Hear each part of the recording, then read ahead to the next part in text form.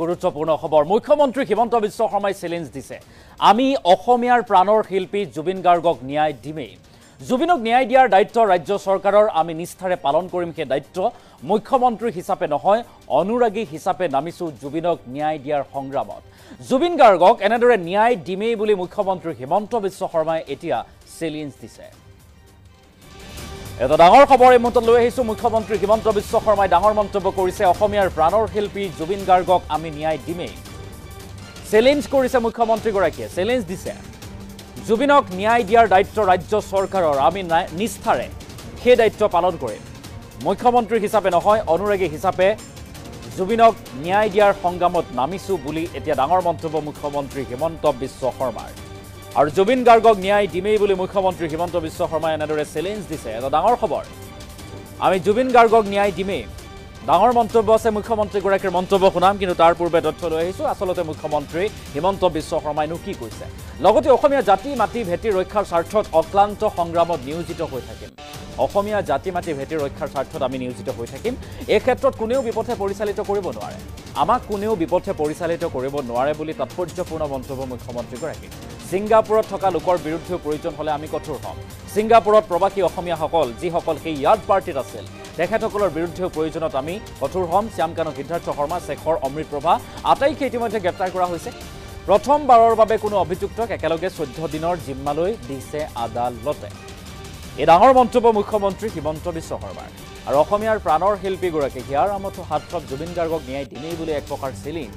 মুখ্যমন্ত্ৰী হিমন্ত বিশ্ব শৰ্মাৰ ইতিমধ্যে মিছন জাষ্টিছ আৰম্ভ হৈছে জাষ্টিছ ফৰ জুবিন গাৰ্গ আপুনি যদি এই প্ৰতিবেদন এই খবৰ যদি আপুনি চাই আছে ফেচবুকত তেনেহলে লিখিবলৈ নাপাহৰিব জাষ্টিছ ফৰ জুবিন গাৰ্গক কেতিয়া ন্যায় প্ৰদান কৰিব এছআইটিয়ে সকলোৱে দৃষ্টি নিবদ্ধ হৈ আছে তাৰ মাজতে মুখ্যমন্ত্ৰী হিমন্ত বিশ্ব শৰ্মাৰ এক ডাঙৰ মন্তব্য হেয়া হৈছে মুখ্যমন্ত্ৰীয়ে চ্যালেঞ্জ দি কৈছে জুবিন গাৰ্গক ন্যায় দিমেই মন্তব্য আছে মুখ্যমন্ত্ৰীগৰাকীৰ মন্তব্য মই জুবিনকো ন্যায় দিম আৰু অসমৰ জাতি মাটি ভেটি ৰক্ষাৰ বাবেও মই অক্লান্ত সংগ্ৰামত নিয়োজিত হৈ থাকিম আপোনালোকক মই প্ৰত্যাহ্বান জনালো চ্যালেঞ্জ কৰিলো উচ্ছেদেই হওক অসমৰ পৰা বিদেশী নাগৰিক বহিষ্কাৰে হওক বা জুবিনক ন্যায় প্ৰদান কৰাই হওক এইখন চৰকাৰে কাৰো ওচৰত শিৰনত নকৰে মাত্ৰ অসমবাসীৰ ওচৰত শিৰনত কৰিব ফটোশ্বপ কৰি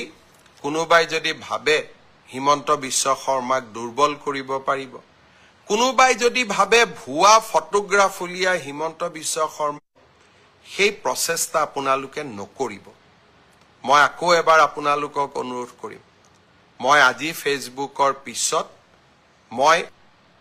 2020 চনত জুবিনৰ বিষয়ে কোৱা কথা কেইটা এবাৰ আপোনালোকে শুনি ল'ব তেতিয়া আপোনালোকে বুজি পাব যে আমি সকলো জুবিনৰ অনুৰাগী শ্ৰদ্ধাৰ ৰাইজ কেতিয়াবা কাকতলীয়া সংযোগ হয় কেতিয়াবা ডেলিভাৰেড হয় জুৱা কালিৰ পৰা এখন নতুন নাটক আৰম্ভ কৰা হৈছে শ্যামকানু মহন্ত উচ্চতম ন্যায়ালয়ত কেনেকৈ যাব পাৰে কোনোবা উচ্চতম ন্যায়ালয়ত যাব খুজিলে তাক কোনেও ৰখাব নোৱাৰে কাৰণ সমগ্ৰ বিশ্বৰ পৰা আজিকালি ইন্টাৰনেটৰ জৰিয়তে উচ্চতম ন্যায়ালয়ত কোনোবাই আবেদন কৰিব পাৰে ন্যায় বিচৰাৰ অধিকাৰ সকলোৰে আছে মই মুখ্যমন্ত্ৰী এগৰাকীয়ে কেনেকৈ মানুহক বাধা দি ৰাখিম যে আপোনালোক উচ্চতম ন্যায়ালয়ত নাযাব কিন্তু উচ্চতম ন্যায়ালয়ত শ্যামকানু মহন্তই কি আবেদন কৰিলে যে অসম পুলিচৰ ওপৰত মোৰ বিশ্বাস নাই এছআইটিৰ ওপৰত মোৰ বিশ্বাস নাই ৰাজ্যখনৰ টপ এক্সিকিউটিভ অৰ্থাৎ মুখ্যমন্ত্ৰীৰ ওপৰত মোক বিশ্বাস নাই মোক কাক লাগে মোক সিবিআইক লাগে এই কথাখিনিয়ে যোৱা 5 দিন আগৰ পৰা কোনে কৈ আহিছে অখিল গগৈ ডাঙৰীয়াই মোক লিখিতভাৱে জনাইছে যে অসম পুলিচৰ ওপৰত মোৰ আস্থা নাই মুখ্যমন্ত্ৰীৰ ওপৰত মোৰ আস্থা নাই সিবিআইত এই তদন্ত দিব লাগে দেৱব্ৰত শইকীয়াই লিখিলে ৰাষ্ট্ৰপতি যে এই তদন্ত সিবিআইক দিব লাগে আৰু এতিয়া শ্যামকানু মহন্তই লিখিলে যে এই তদন্ত সিবিআইক দিব লাগে এয়া কাকতলীয়া সংযোগ নে এয়া এক প্ৰকাৰ ষড়যন্ত্ৰ তাক মই নাজানো কিন্তু শ্যাম কানু মহন্ত অখিল গগৈ দেৱব্ৰত শইকীয়া কোনেও অসম পুলিচক বিশ্বাস নকৰে কিন্তু এই অসম পুলিচে আজি ছিংগাপুৰত হোৱা ঘটনা এটাকো আমি তদন্তৰ আওতালৈ আনি 4 জনকৈ ব্যক্তিক আমি আজি জেলৰ হাজতত ৰাখিবলৈ সক্ষম হৈছো এছআইটিক অসম পুলিচক শ্যাম কানু মহন্তই বিশ্বাস নকৰে অখিল গগৈও বিশ্বাস নকৰে দেৱব্ৰত শইকীয়াও বিশ্বাস নকৰে এয়া কাকতলীয়া সংযোগ নে আন কিবা তাই হেয়া বিচাৰৰ দায়িত্ব আপোনালোকৰ কিন্তু এই অসম পুলিচে অসমত গড় হত্যা ৰোধ কৰিছে এই অসম পুলিচে সন্ত্ৰাসৰ বিৰুদ্ধে অসমক জয়লাভ কৰোৱাইছে আৰু এই অসম পুলিচে জুবিনৰ ন্যায়ৰ বাবে আমি সকলো কাম কৰিম এই কেইটা দিনত কেইজনমান ব্যক্তিয়ে অসম পুলিচে ক'ত ভুল কৰিছে তাক লিখিব আৰম্ভ কৰিছে তাৰ মানে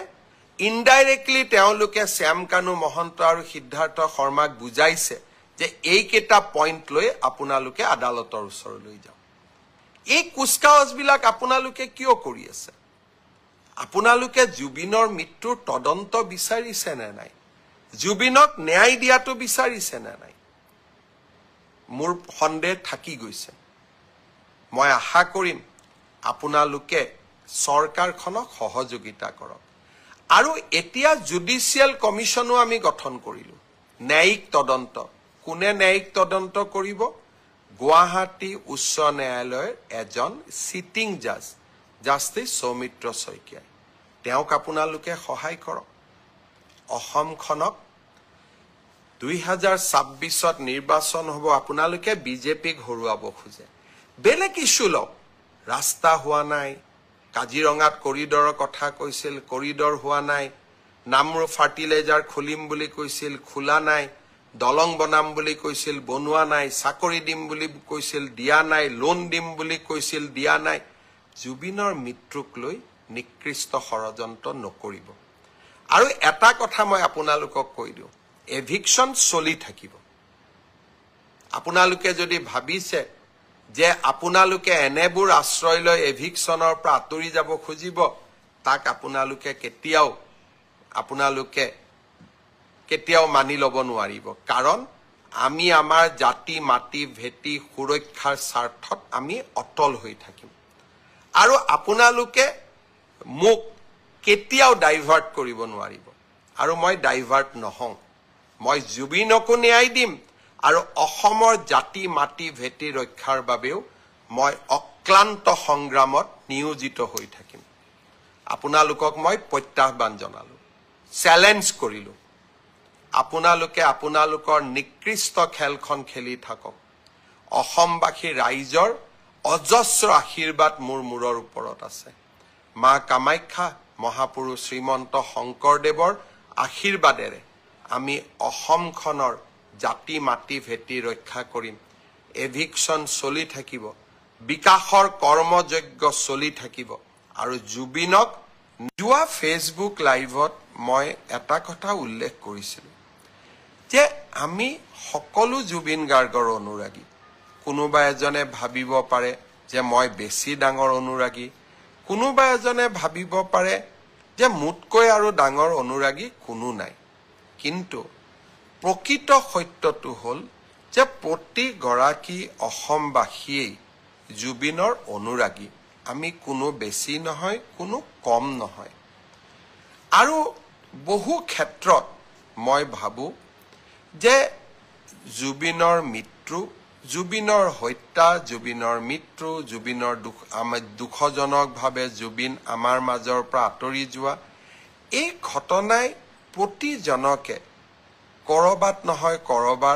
কৰবাত আমাৰ অন্তৰ আত্মাক আঘাত দিছে আৰু এজন জুবিনৰ অনুৰাগী হিচাপে মই তাৰ ব্যতিক্ৰম নহয় আৰু সেয়েহে এটা দিনৰ ভিতৰতে ছিংগাপুৰত পোষ্টমৰ্টেম কৰি দিল্লীলৈকে তেখেতৰ পাৰ্থিৱ শৰীৰ লৈ অহা দিল্লীৰ পৰা অসমলৈ লৈ আহি তেখেতক লাখ লাখ ৰাইজৰ দৰ্শনৰ বাবে পাৰ্থিৱ শৰীৰক সুৰক্ষিত কৰি ৰাইজৰ দৰ্শনৰ বাবে মুকলি কৰি দিয়া আৰু শেষত সোণাপুৰত এক সুন্দৰ স্থানত তেখেতক বিদায় দিয়া এই সমগ্ৰ প্ৰক্ৰিয়াটোত মই অসমৰ মুখ্যমন্ত্ৰী হিচাপে নহয় জুবিনৰ এজন অনুৰাগী হিচাপে নিজকে নিয়োগ কৰিছিলোঁ যোৱা ফেচবুক লাইভত মই ৰাইজক প্ৰতিশ্ৰুতি দিছিলোঁ যে জুবিনক ন্যায় দিয়াৰ দায়িত্ব ৰাজ্য চৰকাৰৰ আৰু ৰাজ্য চৰকাৰে সেই দায়িত্ব নিষ্ঠাৰে সৈতে পালন কৰিব আৰু আপোনালোকে দেখিলে ইয়াৰ ভিতৰতে